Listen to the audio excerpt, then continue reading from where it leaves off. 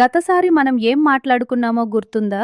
త్యాగం గురించి, అంటే వదిలిపెట్టడం గురించి. కాని ఏం వదిలిపెట్టాలి, ఏం వదిలిపెట్టకూడదు అని కృష్ణుడు చెప్పాడు కదా. అవునమ్మా, యజ్ఞం, దానం, తపస్సు ఇవి వదిలిపెట్టకూడదు అని చెప్పాడు కృష్ణుడు. అవి ఆత్మని శుద్ధి చేస్తాయి అని. నాకు గుర్తుంది నాన్న, శుద్ధి అంటే లోపల శుభ్రంగా అవుతుంది అని అమ్మ చెప్పింది. బాగా గుర్తుపెట్టుకున్నారు మీరిద్దరూ. ఇప్పుడు కృష్ణుడు ఇంకొంచెం లోతుగా చెప్తున్నాడు, అసలు ఆ పనులు చేసేటప్పుడు మన మనస్సు ఎలా ఉండాలి అని. అంటే పని చేయడమే కాదు, ఎలా చేయాలో కూడా చెప్తున్నాడా? అచ్చంగా అదే, చేయడం ముఖ్యం, కాని ఏ మనసుతో చేస్తున్నావు అది ఇంకా ముఖ్యం. ఆ శ్లోకం చూద్దామిప్పుడు. ఏతాన్యపితు కర్మాణి సంగం త్యక్త్వా ఫలాని చ కర్తవ్యా నీతిమే పార్థ నిశ్చితం మతముత్తమం. కృష్ణుడు అర్జునుడికి చెప్తున్నాడు, ఈ పనులన్నీ చెయ్యాలి, కాని ఎలా చెయ్యాలి?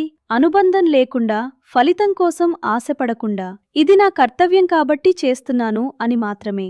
ఇదే నా అభిప్రాయం అని కృష్ణుడు చాలా నిశ్చయంగా చెప్తున్నాడు. అమ్మా, అనుబంధం లేకుండా అంటే ఏమిటి? పని చేయడం ఇష్టం లేకుండా చెయ్యాలా? అది కాదు ఆరవ్, ఇష్టంగా చేయవచ్చు, కాని నాకు బహుమతి వస్తుందా, నన్ను అందరూ మెచ్చుకుంటారా అని ఆలోచించకుండా చేయడం. పని చేయడమే ముఖ్యం, ఏం వస్తుందో అనే ఆశ లేకుండా. అంటే పార్టీ అయిపోయాక ఇల్లు శుభ్రం చేయడం లాంటిదా? ఎవరైనా వావ్ మీరా చాలా బాగా చేశావు అని చెప్తారని ఆశపడకుండా చేయడం. అచ్చంగా అదే మీరా. ఎవరూ చూడకపోయినా, ఎవరూ మెచ్చుకోకపోయినా ఇల్లు శుభ్రంగా ఉండటం నా బాధ్యత కాబట్టి చేస్తున్నాను అని చేయడం, అదే నిజమైన కర్తవ్యం. కాని నాన్న, మెచ్చుకోవడం వినాలని అనిపించడం తప్ప? తప్పు కాదు ఆరవ్, అనిపించడం సహజమే, కాని మెచ్చుకోలు రాకపోతే పని ఆపేయకూడదు, అది తేడా. నీ బెస్ట్ చెయ్యి, ఫలితం దేవుడికి వదిలిపెట్టు. కృష్ణుడు ఇక్కడ నిశ్చితం మతముత్తమం అన్నాడు, అంటే ఇది నా అత్యుత్తమ నిర్ణయం అని. ఇంత నిశ్చయంగా చెప్పాడంటే ఇది చాలా ముఖ్యమైన విషయం. ఇప్పుడు తర్వాతి శ్లోకం చూద్దాం. నియతస్యతు సన్యాసః కర్మణో నోపపద్యతే మోహాత్తస్య పరిత్యాగస్తామసః పరికీర్తితతః. ఈ శ్లోకంలో కృష్ణుడు ఒక హెచ్చరిక చేస్తున్నాడు. మన కర్తవ్యాన్ని, మనం తప్పకుండా చేయాల్సిన పనిని వదిలిపెట్టకూడదు. ఎవరైనా అయోమయంలో పడి అయ్యో ఏం చెయ్యాలో అర్థం కాట్లేదు అని వదిలేస్తే అది తమోగుణం అంటారు. చీకటి మనస్సుతో చేసే త్యాగం. తమోగుణం అంటే ఏమిటమ్మా? కృష్ణుడు 3 రకాల గుణాల గురించి చెప్తాడు. సత్వం అంటే మంచి స్పష్టమైన మనసు. రజస్సు అంటే చురుకుగా ఉండే కాని కొంచెం అల్లరిగా ఉండే మనసు.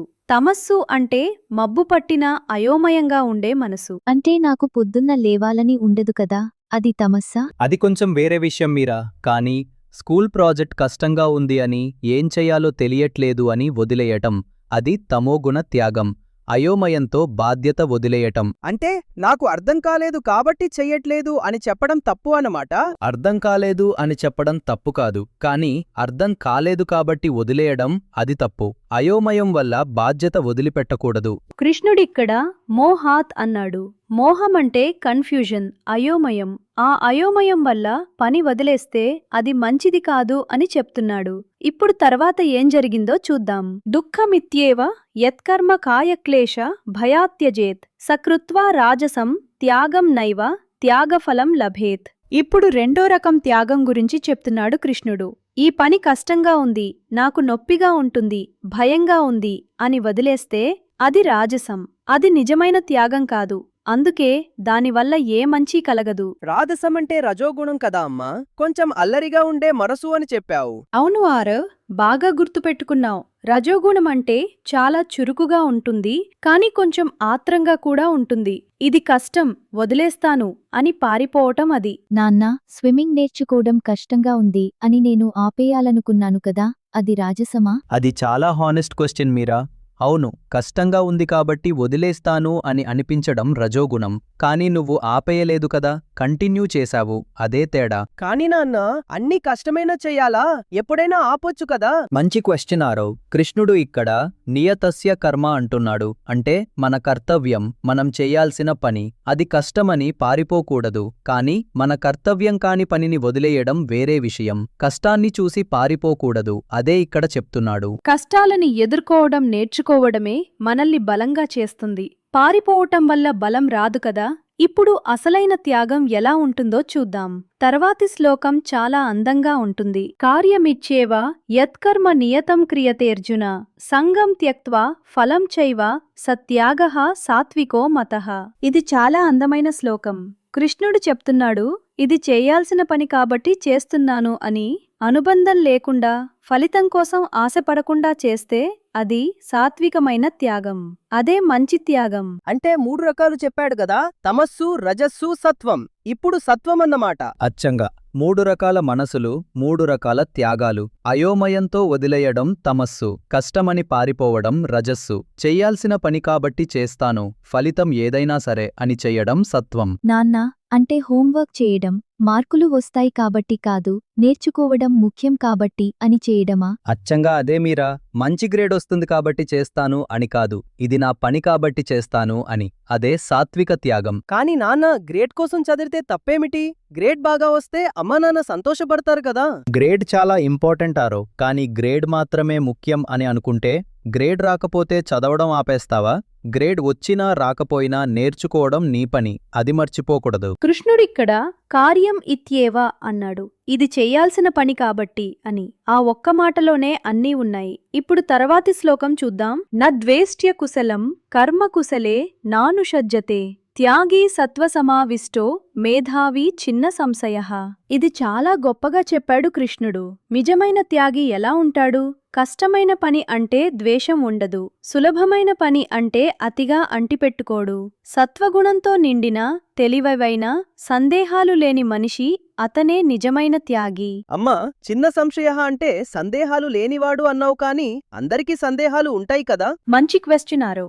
సందేహాలు అంటే ఈ పని చెయ్యాలా వద్దా అని ఊగిసలాడటం. నిజమైన త్యాగికి ఆ సందేహం ఉండదు. ఇది నా కర్తవ్యం, చేస్తాను అని స్పష్టంగా తెలుసు. నాన్న, కష్టమైన పని అంటే ద్వేషం ఉండకూడదు అంటే నాకు మ్యాథ్ అంటే ఇష్టం లేదు అని అనిపిస్తుంది కదా, అది తప్పా? అనిపించడం తప్పు కాదు మీరా. మ్యాథ్ కష్టంగా అనిపించడం సహజమే, కానీ మ్యాథ్ ద్వేషం కాబట్టి చెయ్యట్లేదు అని ఆపేయడం అది తప్పు.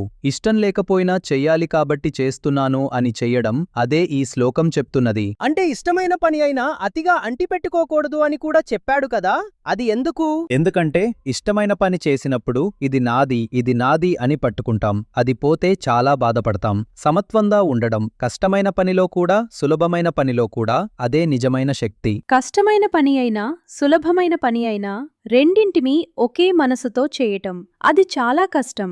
కానీ అదే నిజమైన స్వేచ్ఛ. స్వేచ్ఛ అంటే ఏదైనా జరిగినప్పుడు మన మనసు అల్లాడిపోకపోవడం, అదే నిజమైన స్వేచ్ఛ మీరా. అది సులభంగా రాదు, కానీ ఇక్కడ కృష్ణుడు చెప్తున్నది అదే, స్థిరంగా, శాంతంగా ఉండటం. ఇప్పుడు ఈ 5 శ్లోకాల్లో కృష్ణుడు ఏం చెప్పాడో ఒక్కసారి మనసులో అనుభవిద్దాం. మొదటి శ్లోకంలో పని చేయాలి, కానీ ఫలితం కోసం ఆశపడకుండా. రెండో శ్లోకంలో అయోమయంతో పని వదిలేయకూడదు.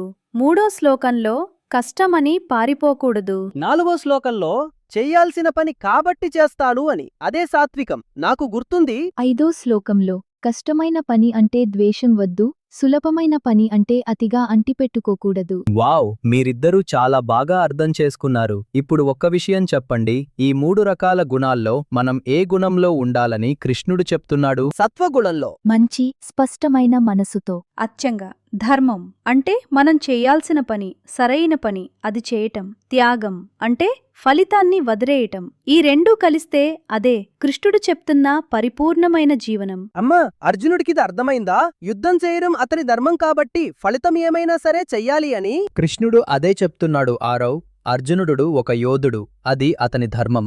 గెలుస్తానా ఓడిపోతానా అని ఆలోచించకుండా ఇది నా కర్తవ్యం అని చెయ్యడమే సాత్వికత. నాన్న, అర్జునుడికి భయంగా అనిపించినా కూడా చేయాలా? భయం అనిపించడం సహజం మీరా, కానీ భయం వల్ల పారిపోకూడదు. అదే కృష్ణుడు ఇప్పటివరకు మొత్తం చెప్తున్నది. మనం కూడా రోజూ చిన్న చిన్న అర్జునులమే కదా. మన యుద్ధాలు మనకు ఉంటాయి. ఈ శ్లోకాలు మనకు కూడా అంతే వర్తిస్తాయి. ఇప్పుడు కృష్ణుడు అర్జునుడికి చాలా విషయాలు చెప్పాడు. జ్ఞానం గురించి, కర్మ గురించి, త్యాగం గురించి. ఇప్పుడు ఏం జరుగుతుందంటే కృష్ణుడు అర్జునుడికి ఒక చాలా రహస్యమైన, చాలా గొప్పమైన విషయం చెప్పబోతున్నాడు. ఇది అన్నింటికంటే పెద్ద రహస్యం అని కృష్ణుడే అంటాడు. అన్నింటికంటే పెద్ద రహస్యమా?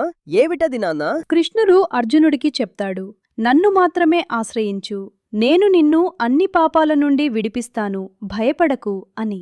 ఆ మాటలు అర్జునుడి మనసుని ఎలా తాకాయో. అమ్మా, అర్జునుడు అప్పుడు ఏం చేశాడు?